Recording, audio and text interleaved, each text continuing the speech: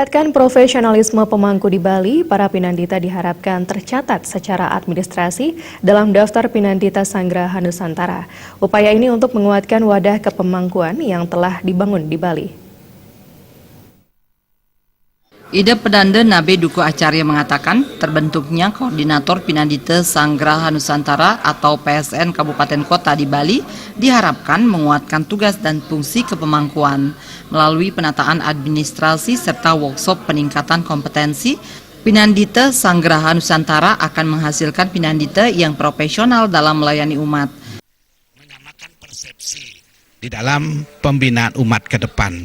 Dan khususnya kepada para pemangku alit atau para pemangku dadia atau pemerajan, marilah kita belajar terus-menerus dan persamakan persepsi agar benar-benar di dalam menjalankan ajaran agama benar-benar sesuai dengan tuntunan agama.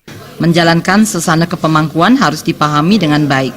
Begitu juga dalam masyarakat yang harus memposisikan pinandita bukan sebagai profesi, namun mampu menjadikan pinandita profesional dalam menjalankan tugasnya terkait aktivitas pancayatnya. Suteja, Bali TV.